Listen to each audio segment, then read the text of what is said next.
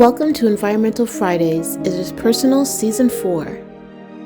This season will be featuring 16 episodes with 16 guest speakers from Arizona, Barbados, Georgia, Grenada, Illinois, Massachusetts, Michigan, New Mexico, New Jersey, Ohio, Tobago, Trinidad, and the United Kingdom. Thank you to all our guest speakers.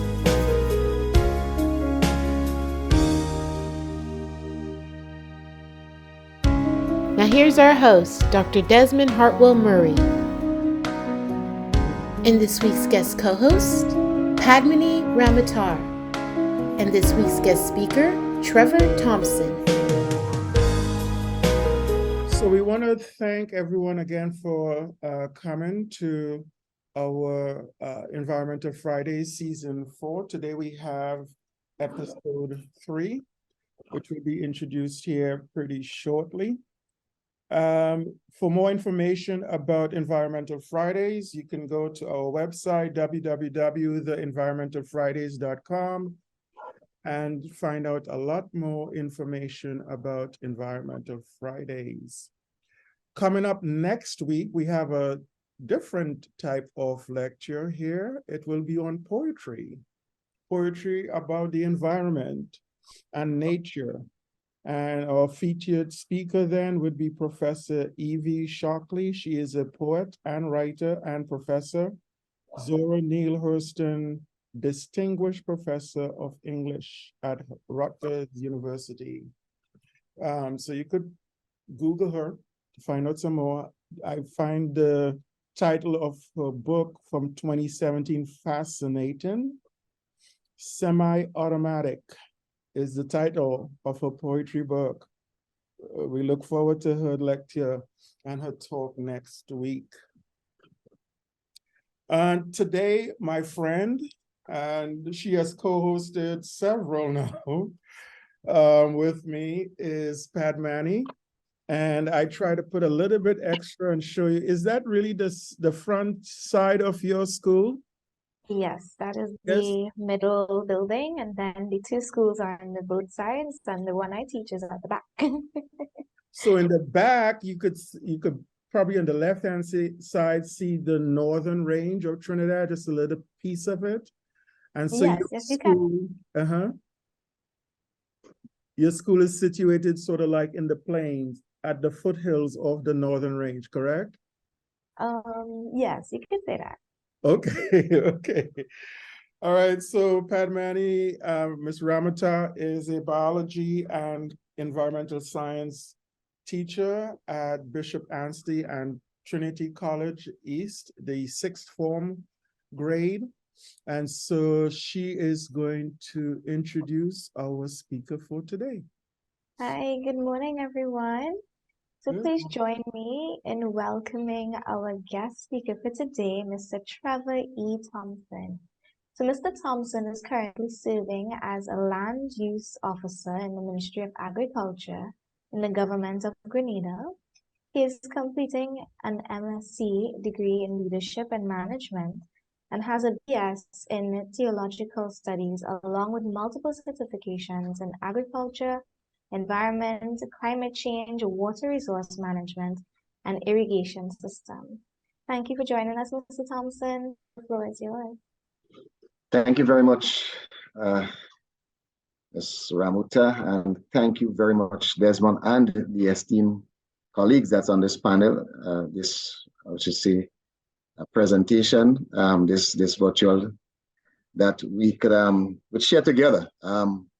I've looked at some of your stuff, very interesting, and I'm happy that I was invited to share with you.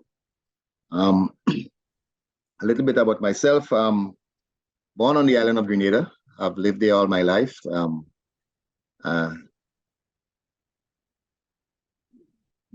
last of 11 children.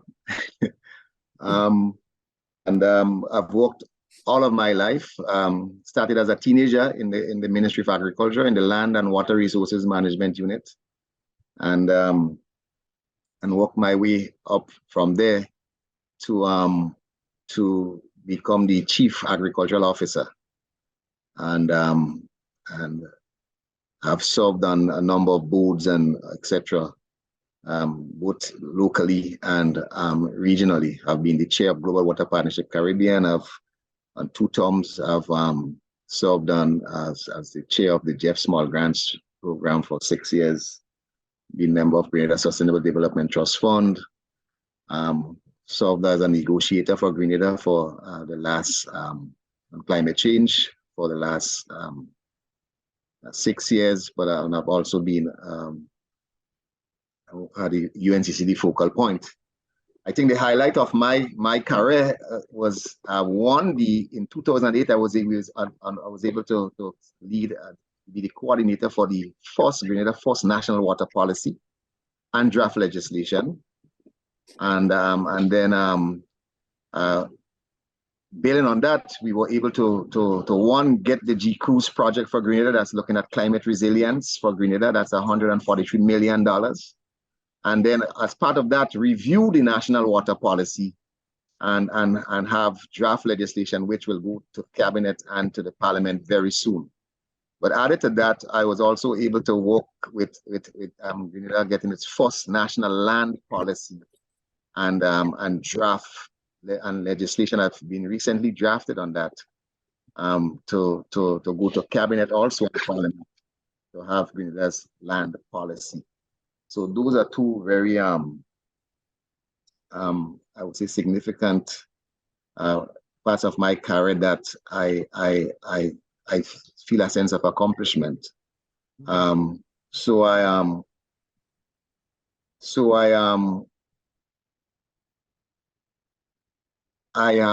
have also reached the stage where I say it's time to move on. So I've applied for early retirement. After 38 years is a significant part of your life. You could go and do some other things. I've not retired from work. I've retired to work. And I hope that's a good motivator for the younger people here. You never retire. And I say to people, I do not want to die with any regrets. I want to die empty. I haven't poured all that is in me, the visions, dreams, aspirations, pour it into the next generation, so that you too could go and accomplish something of a lasting legacy in your life. So thank you for this opportunity. And I want to talk a little bit on water resources management in the Caribbean. When I just started in the ministry, my first job was rainfall data collection, climate data collection. And that was island-wide. Every day, I would be in some part of the island collecting climate data and building the database, etc. I want to say Caribbean, Grenada is located in the Caribbean, Southern Caribbean. We're just north of Trinidad, 30 minutes flying from Trinidad. And we're one of the Windward Islands. We compose of 3 islands, 3 islands that are inhabited full-time. We have Grenada, we have Carriacou, and we have Petit Martinique. But we have a lot of other islands there that's uninhabited or just used for excursion, etc. The challenges of water resources in Grenada is no different to any of the other countries. But I want to lay the foundation by saying that we adhere to the Dublin Principles, which were adopted in Rio in 1992, that recognize that water is a finite resource. You know, a lot of people have the perception that there is an unlimited supply of water, you know. Some people say, you know, it's jar water, you know. But if we don't understand that it's finite until there's a drought, you know, then we realize that, whoa, there's not an abundance as we think there are, right? And a participatory approach is essential. Everybody has a stake in it. Everybody must play their role in managing this resource. The role of women is crucial. Historically, women played a very significant role in families and in managing this resource. And so many times they are neglected. From the design of water implements, you know, to the removal of standpipes, where social issues was addressed, marital problems with women's health, etc., was addressed at the standpipe, the village standpipe.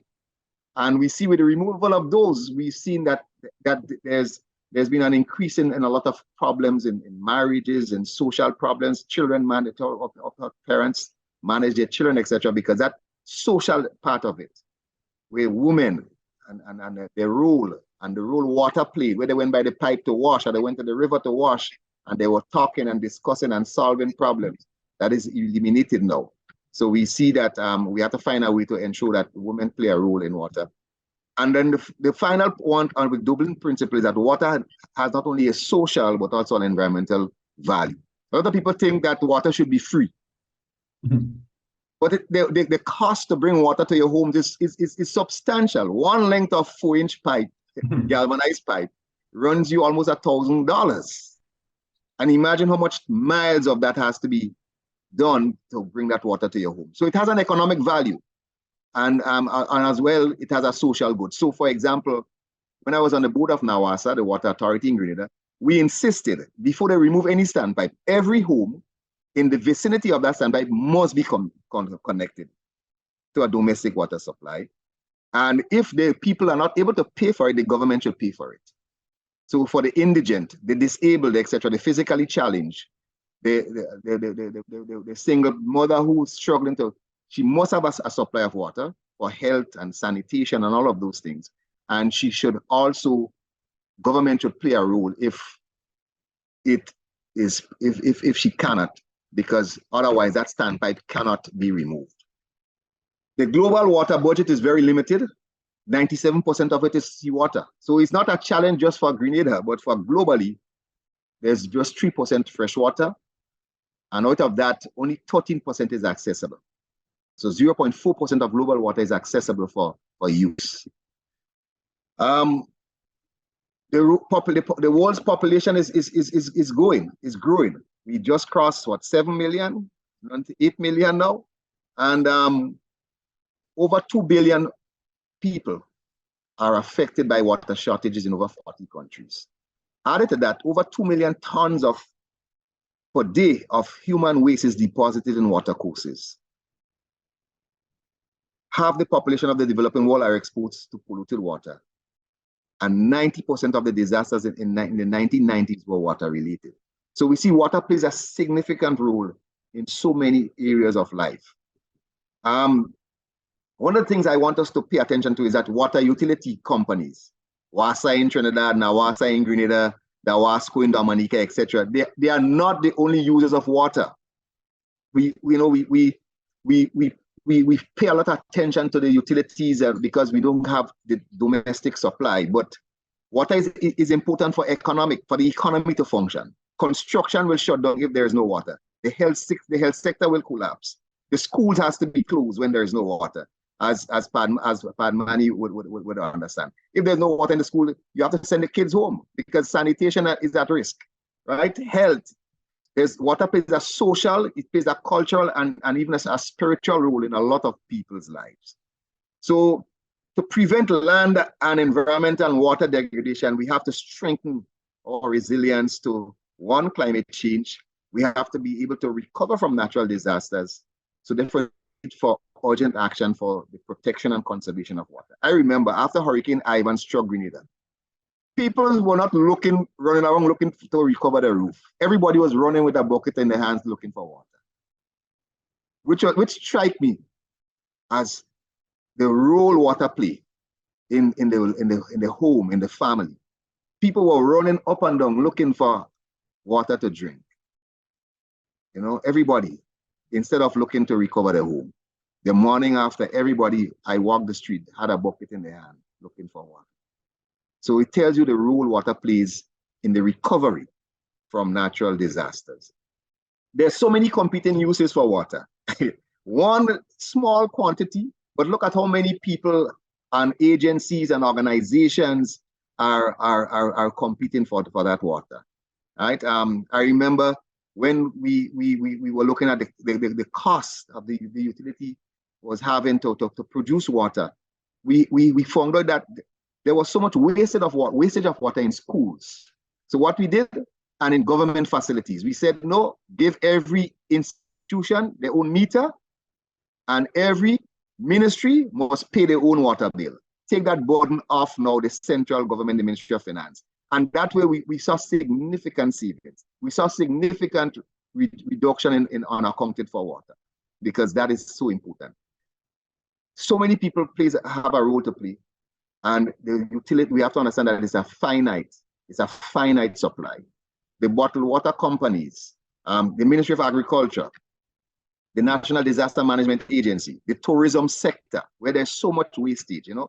Imagine that a tourist goes to the beach, he bathes, he takes a shower, and then he comes under treated water and rinses off, washes his feet. You know, they use treated water to water their lawns and all of those things in their laundries in the hotel. Significantly wastage happens there. So how are we going to protect and conserve is a challenge we are facing. The lack of integration. When you're drinking water, you have one agency responsible for drinking water, another responsible for irrigation, another responsible for managing the environment, another responsible for water for health, etc. You understand why there's such a challenge and why there is a need for policies and legislation to say, no. If you're responsible for drinking water, that's all. You're an abstractor. The issue of quality of water, that's another agency's responsibility. They have to monitor water quality. And if you, the supplier, is breaking the rules, you should be penalized, just as anyone else. And that's the way we have to, otherwise we will have serious challenges. Across the region, the 4 main water sector challenges is financial sustainability. Very few of the utilities in the Caribbean are financially viable. All of them require government subsidies. Most of them are not making any profit. I think there are only 2 utilities in the Caribbean, Grenada and St. Vincent, that may be making any money, any profit. One of the reasons for that is autonomy to function. And the second one is the whole issue of one, ensuring there is metering, and 2, ensuring that the utility is managed properly so that you could have money for capital projects, right? So that they can repair broken lines, they can expand pipe-borne water into communities. That money doesn't have to come from loans and from grants from some agency, etc. That money must come from the payments for the service that the citizens of the country contribute. It has to go back towards improving the service. Operational sustainability. Some of the facilities in Grenada, the dams, once the rainfall, it has to be shut down because there are challenges with land soil erosion and land management issues up in the watersheds. Technical sustainability. What we found out is that not many of the utilities have very good technical staff, especially at the senior levels. Most of them don't have a chief engineer, and maybe only have 1 or 2 engineers struggling to meet all of the technical needs of the utility. So those are the challenges that we see. And I wish to add a 5th. That's climate variability. Droughts, dry spells, unseasonal heavy showers, flooding, unseasonal tropical depressions, rainy season low flows, and sometimes in the dry season you have excessive rainfall. So I was looking at the precipitation outlook for the region for the next 3 months, and for Grenada in particular and St. Vincent, Dominica, we're going to have 45% above normal rainfall in January, February, and March, and 35% normal. So that means there is almost an 80% above normal rainfall in the dry season. Great news for the farmer. But what about the utility?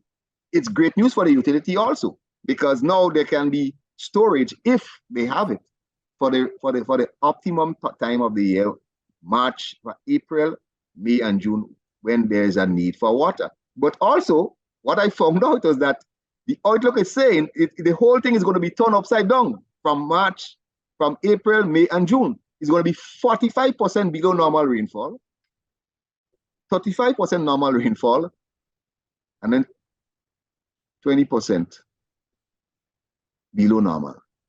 So climate variability is playing a significant challenge to the region. The issue of institutional arrangement. The reality is institutional arrangements to manage water resources are weak. Many Caribbean countries have no overarching legislation that deals with water. The most comprehensive piece of legislation that was enacted in most of those countries was to set up the national water authorities, which oftentimes give them the right over all water and brings them into major conflicts, because there's no way a water utility that is focused on supply and sometimes sewage can manage the resource.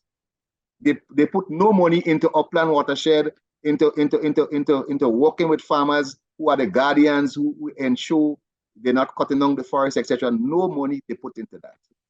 So bad piece of legislation to give them rights over all water. Most of them are public corporate bodies with limited jurisdiction over the management of the water resources, meaning they are statutory bodies with a board of directors appointed by government. So you don't understand what happened in there. There's political interference when rates have to be raised. If it's not politically expedient, no, that can never happen. And of course, the focus is mainly on the provision of water services, drinking water, water to cruise ships, water to the tourism sector. In fact, it happens sometimes in Grenada where the water supply to the people closest to the dams or the treatment plants are turned off to give to the hotels. Right? So those are some of the challenges we have done. In fact, Jamaica is one of the only countries that has separated those functions. Water for tourism and commercial, they create a specific treatment facility for that, which pays different rates to what the public pay. And you have to understand that you cannot just focus on water provision, but you have to focus on the resource management. So most countries have no single department that exercise any oversight or responsibility for the formation of regulation and policies. Grenada is going to have set up a water resources management unit. It's going to be by act of parliament, legislative at Jamaica, and there are quite a few other countries that are moving in that direction. So your forestry playing a role, land use, environment division, environmental health, you have public health. All of these are competing, and oftentimes nothing gets done because everybody's saying it's not my responsibility. The board of directors, which is appointed by the minister, has responsibility for oversight. But there's also a ministry that has representation on the board so that they can speak to issues that are going to be affecting them. So it means, therefore, that there's a constant water balancing act. Supply against demand.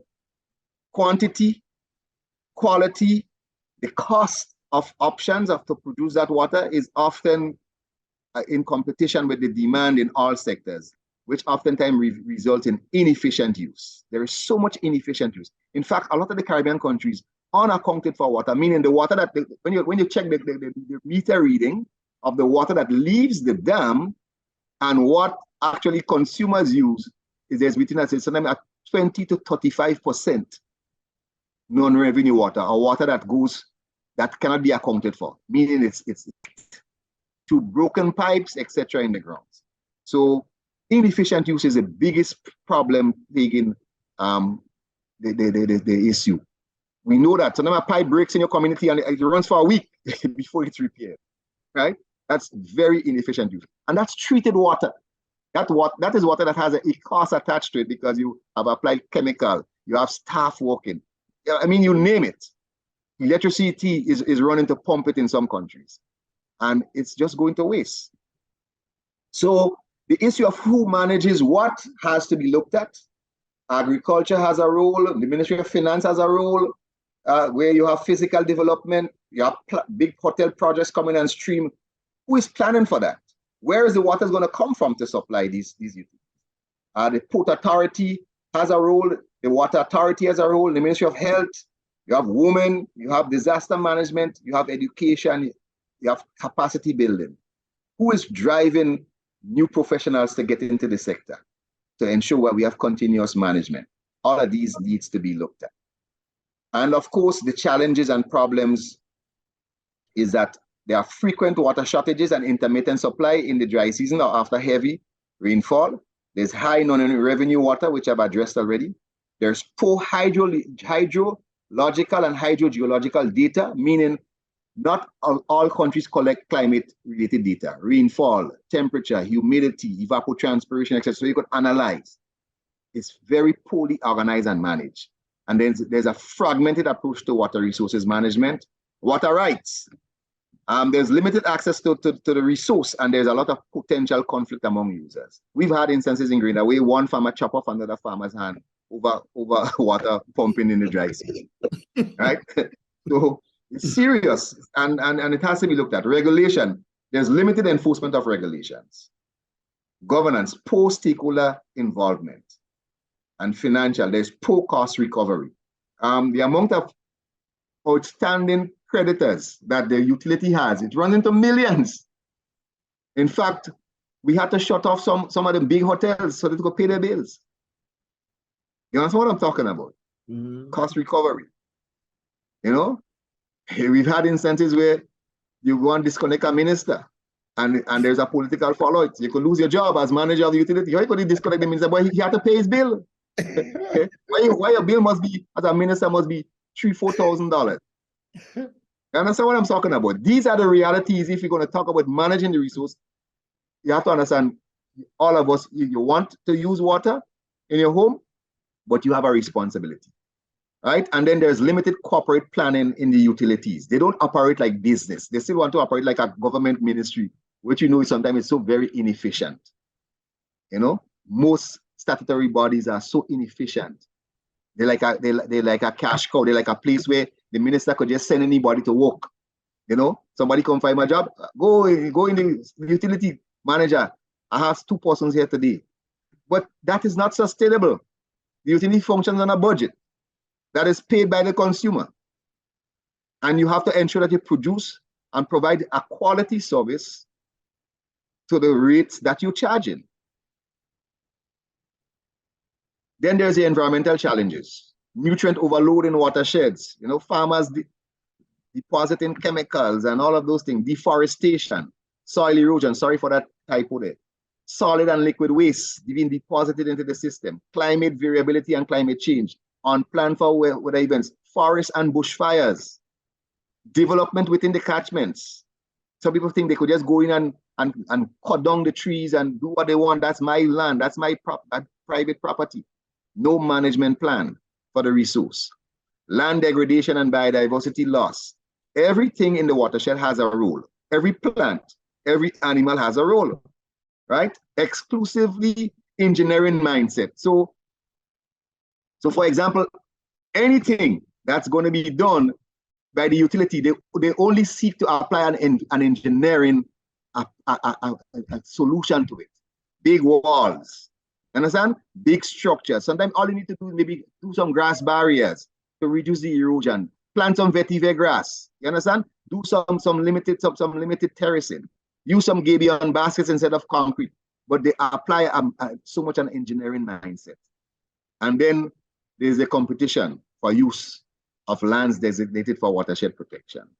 Lands, we've had instances in Grenada where lands that was protected, reserved for water supply, whether it's groundwater or of pipeline or water from streams and things. And permission was given for people to build hotels, etc., in those areas. Crazy decisions. But land use change is a major issue affecting the resource. So these are just photos of existing situations. You have the degraded soils, it causes decline in water quality, and then it impacts the fisheries, the reefs, and the seagrass beds, etc. Kills them off, right? So water not only has an impact on land, it also has an impact on sea, in the terrestrial. Freshwater impacts the terrestrial. Every piece of garbage you dump there ends up on the reef. Some people think the river is a garbage dump. Old fridge, old cars, old television set, old computers. Throw it in the river, you go wash it down. I thought that's something we have heard in our societies. So we have to understand that we have to protect the resource. it has a significant role in our lives, and we have to. Deforestation is a major issue. River pollution from manufacturing. This photo on my right, with the river pollution, that was the discharge from a beverage manufacturer.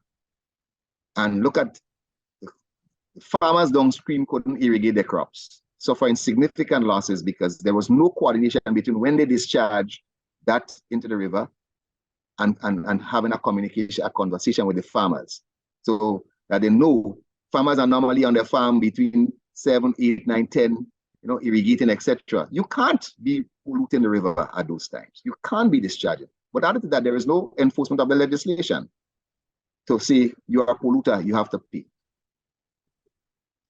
Then there's the infrastructure damage, caused by rivers and streams that has to be paid for. When you want to restore, it's a substantial cost. Maybe if you took care of the upland watershed, you wouldn't have these problems downstream.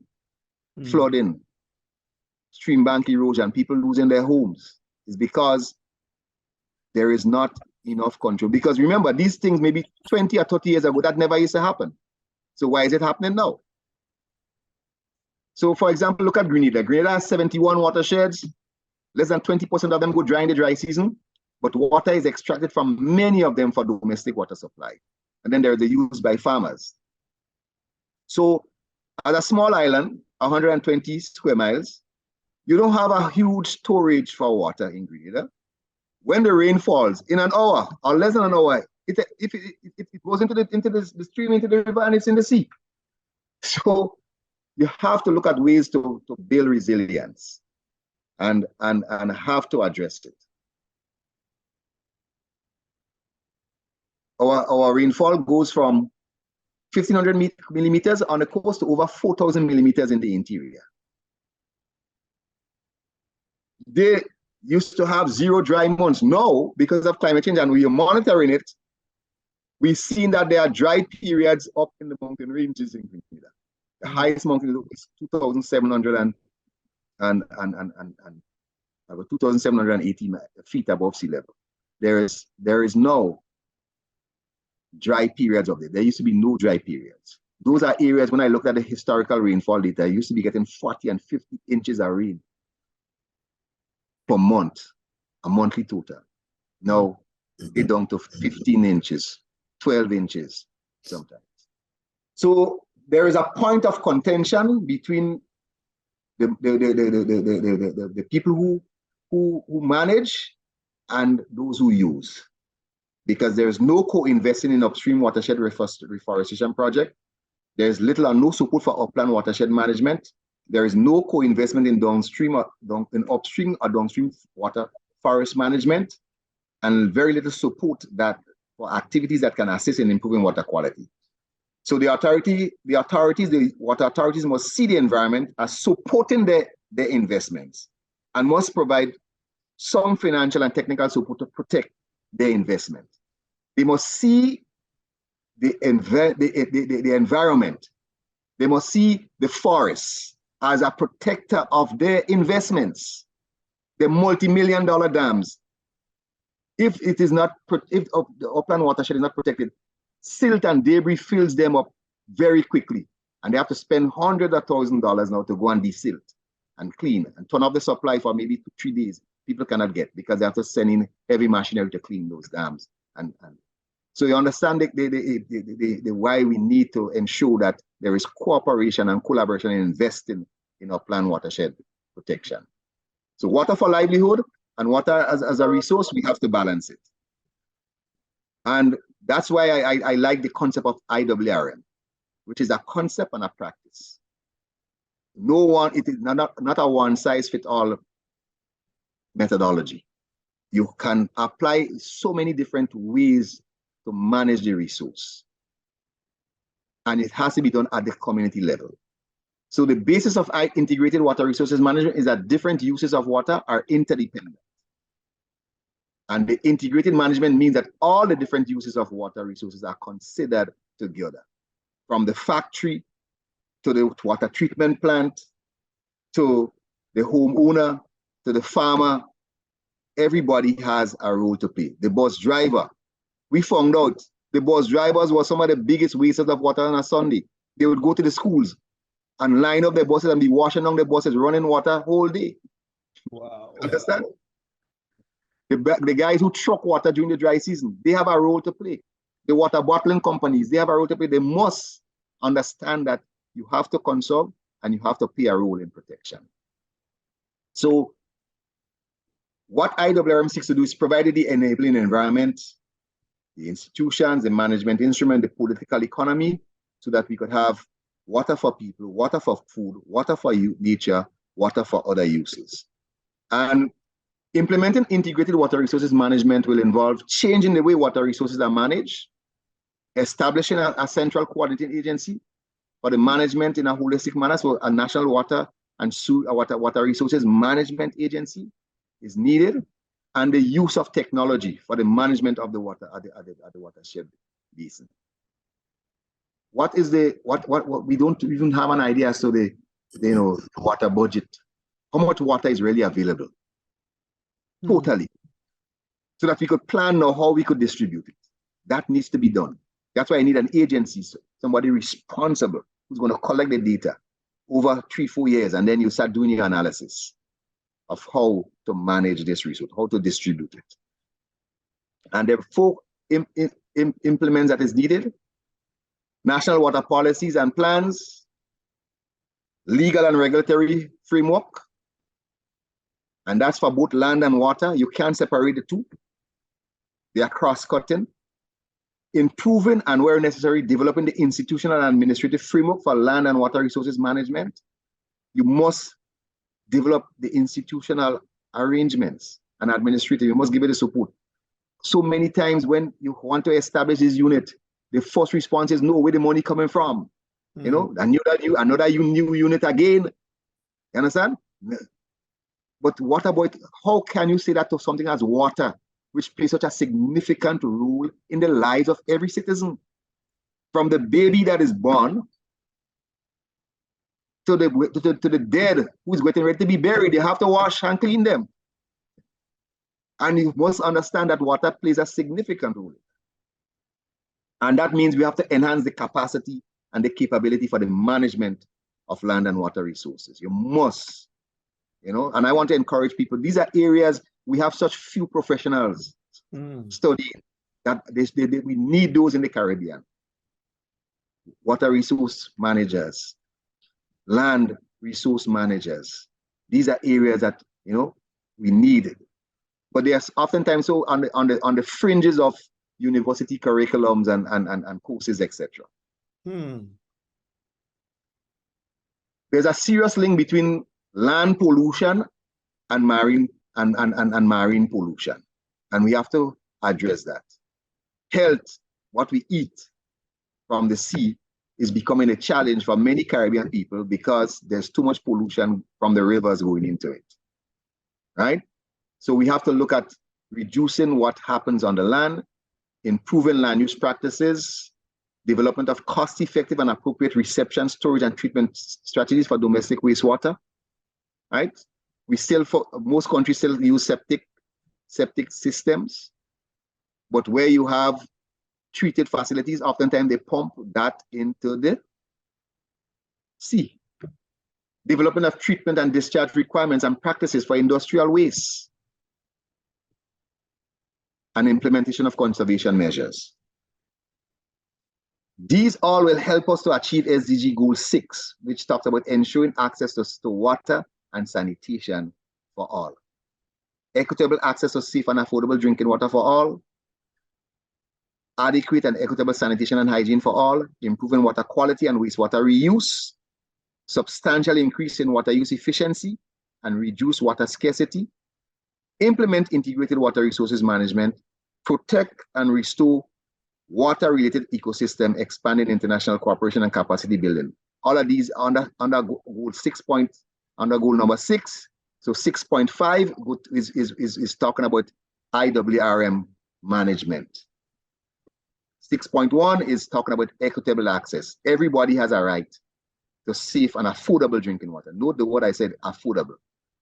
We cannot even contemplate privatizing water in the Caribbean. I am vehemently against that. And there have been instances of people approaching to do that. How could you privatize something as water? Put it in the private. They will hold the nation to ransom. You can't give your water resources to some foreign company. Who guys live in England or the UK or the US or wherever and want to run water. What will happen to us? Argentina experienced it and they learned a serious lesson. When the economy collapsed, the water company was privately owned and they hold the whole city of Buenos Aires for ransom. Cannot privatize something as important as water.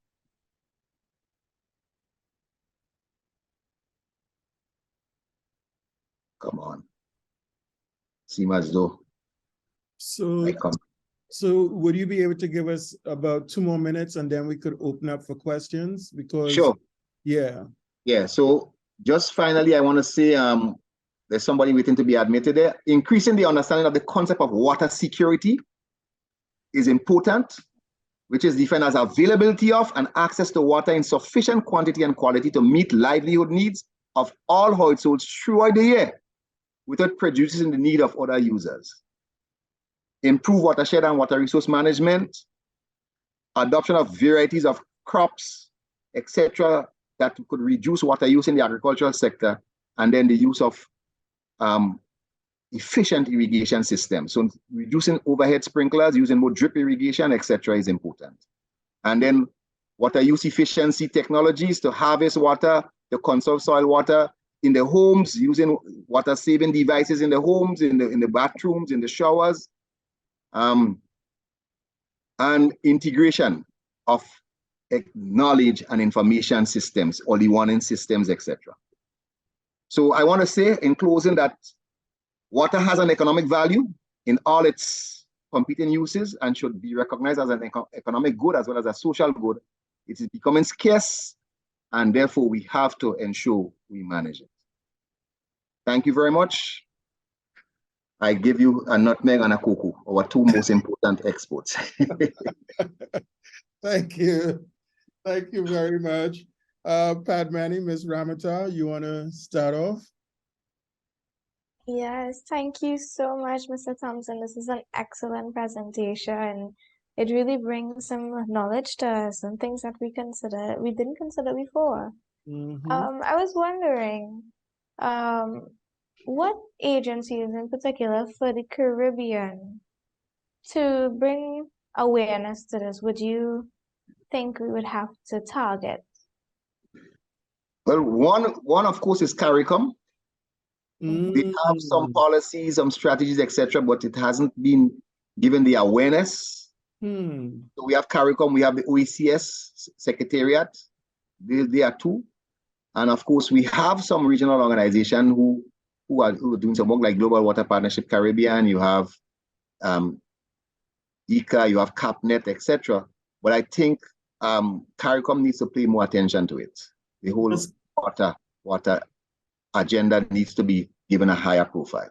Does CARICOM have like an environmental division or water division? They have a sustainable development division that focuses on water, etc. Oh, okay. But it needs to be more. Yeah, I think water needs to get a higher profile. Okay. Okay. I had one more question. Go ahead. You mentioned education, and that got me wondering, what programs are currently available in our tertiary education or even secondary that persons can get the training necessary to perhaps conduct these things? There are a few regional institutions that are involved in education. For example, Global Water Partnership Caribbean has produced some booklets, some books that could be used for school children. If you go on the online, you can get access to those books and then other fact sheets, etc., on water, its role in the Caribbean, etc. There are a lot of reports and studies.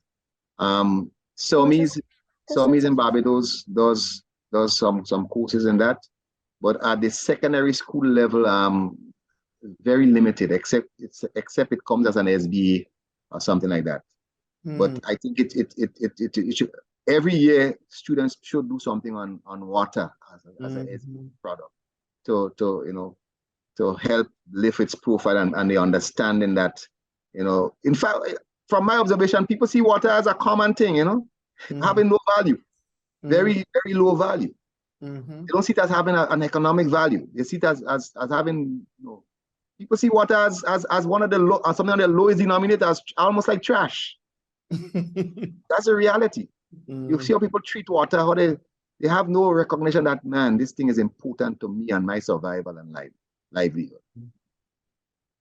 Yeah, that definitely needs to be part of the education from high school, from even middle school, even, really low level. So I have, so the organization you refer to is called Global Water Partnership Caribbean, is that correct? Yes. Okay, all right. Yeah, because I'd like to follow up with that. So one thing that struck me that I think we need to have you explain for our non-Caribbean people, standpipe. Yeah. Yeah, that's basically where that's a public water a public water facility. So maybe I should have had an image of that. It's just it's a pipe on the side of the road. That's established by the water utility company where anyone could go and have access to water. Yes, usually on the side of the road or something. Yeah, on the side of the road somewhere in a village where you Still you find walking them, but more in the countryside. Yeah. So you're saying that there used to be a lot more 20, 30 years ago. Yeah. Even in small islands, it's becoming rare. Yeah. Okay. Yeah, there's a lot of stuff that happened at that standby.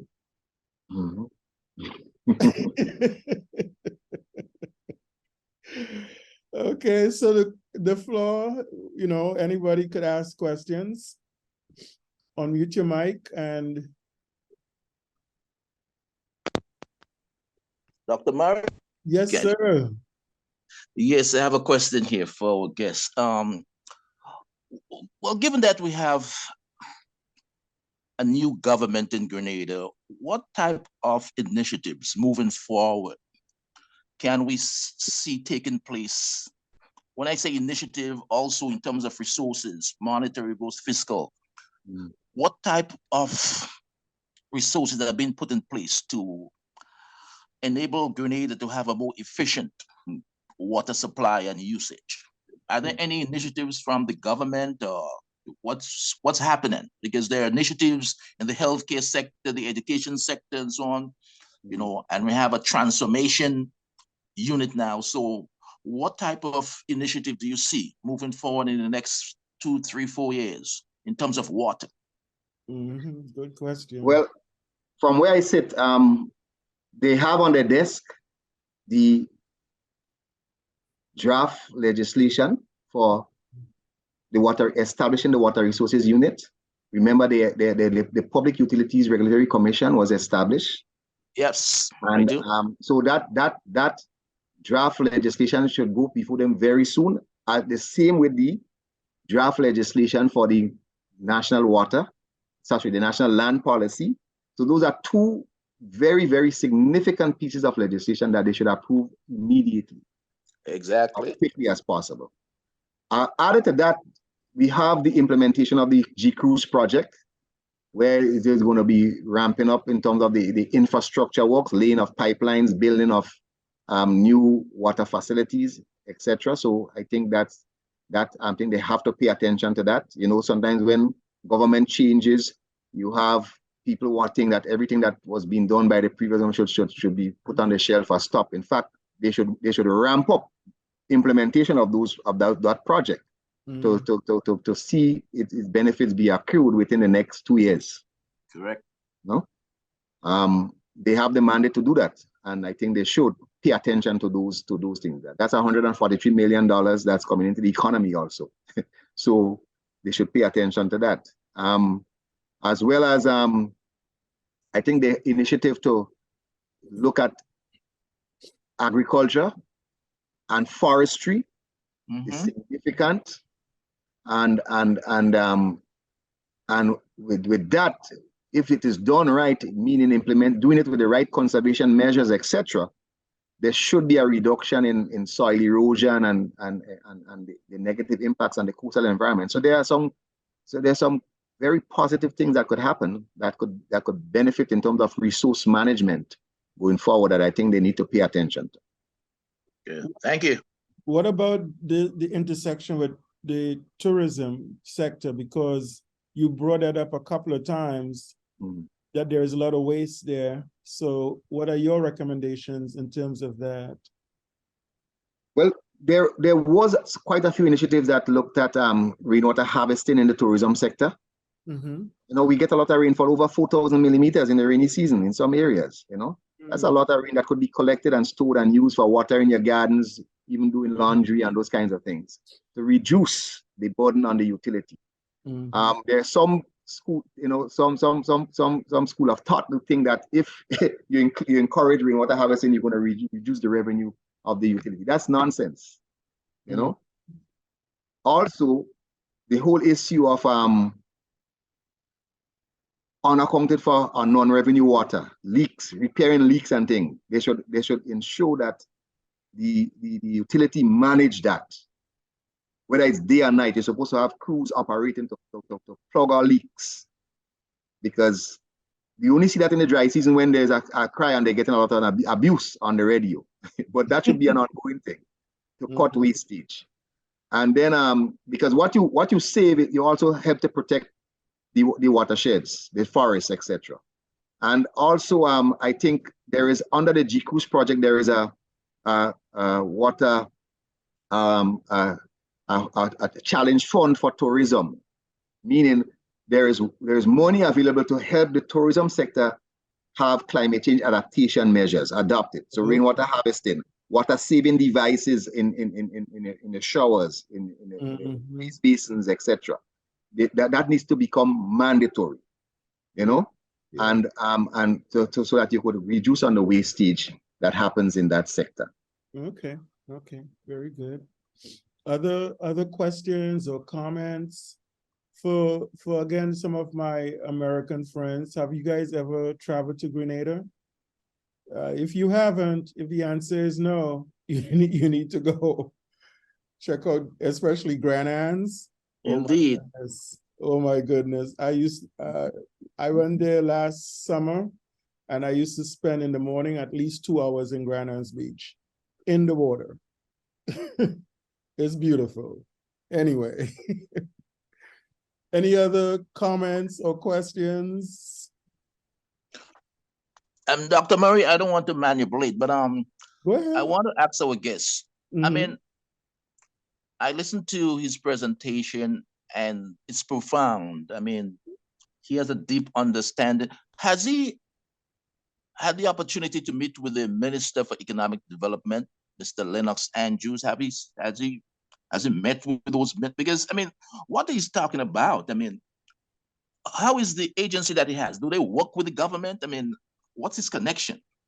Oh yeah, you missed that. He worked in the government, works there for 30 something. He could answer. 38 years. I gave 38 years to work in those areas. In fact, in the national water policy, the Global Water Partnership is mentioned expressly as an agency to help in the implementation of the policy.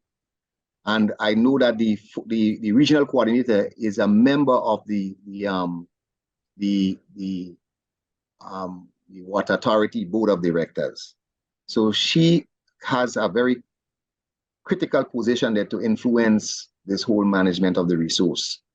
As a citizen, I am available to support whatever supporting whatever area is needed, so that you know, And I do. I've briefed the Minister of Agriculture more than once, etc., and give support. So I'm a citizen first. I'm a patriot first. Like that, yes, indeed.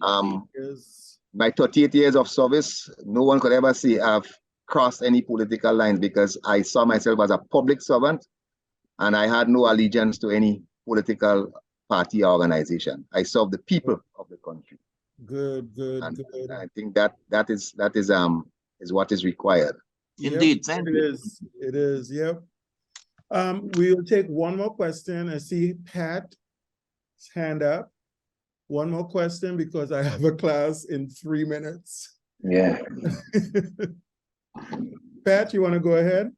Yes, please. I would like to say thank you very much indeed, Mr. Thompson. You really hit the nail on the head. And in Trinidad and Tobago, what we were trying to do is precisely what you have suggested: set up an independent national water authority, and really using the stakeholders as the overall board of management with minimal government interference. We put together an integrated water resource management policy in 1998. It went to government, and went to cabinet, and at the present moment, it has still not been approved. 1998. And it was a very thoroughly Oh my goodness. put together document. And just as an aside, I live in a watershed area, and poor land management has made my watershed area from a net producer of water to a net importer of water over the period of time. So that where we had no water shortages 40 years ago, we now have water shortages. I also recommended water harvesting when we moved in 1980s. And I was told that we could not harvest the water off our roof because WASA had not, worked out a system by which we could pay for it. Now water harvesting is becoming very fashionable. Yep. And the value of it is being noted from a point of view of both a supply of potable water, but also as a form of stormwater management during heavy periods of shower. Thank you very much indeed, Mr. Thompson. So I'm pretty sure Mr. Thompson would be glad to talk offline with anyone and make connections. I know probably a good connection here would be with Dr. Simmons, because he's also involved. Yes, indeed. I would like to talk to him because You can give him my email address and any. You could share it with the group, and I'll be willing to. Yes, I'll connect with him. I'll connect. All right, I'll connect. I'll make the connect. All right, I gotta rush off. Okay, but thank you guys again. And next Friday we do poetry and in the environment. So nice. A different thing. So hopefully everyone has a great weekend. Thank you to our speaker, Trevor Thompson, and to my co-host, Padmani Ramuta. Thank you all so very much. Thank you so much for organizing. All right, thank you. Bye-bye. For more information about our sponsors and partners, please visit the Environmental Fridays Partners and Sponsors page.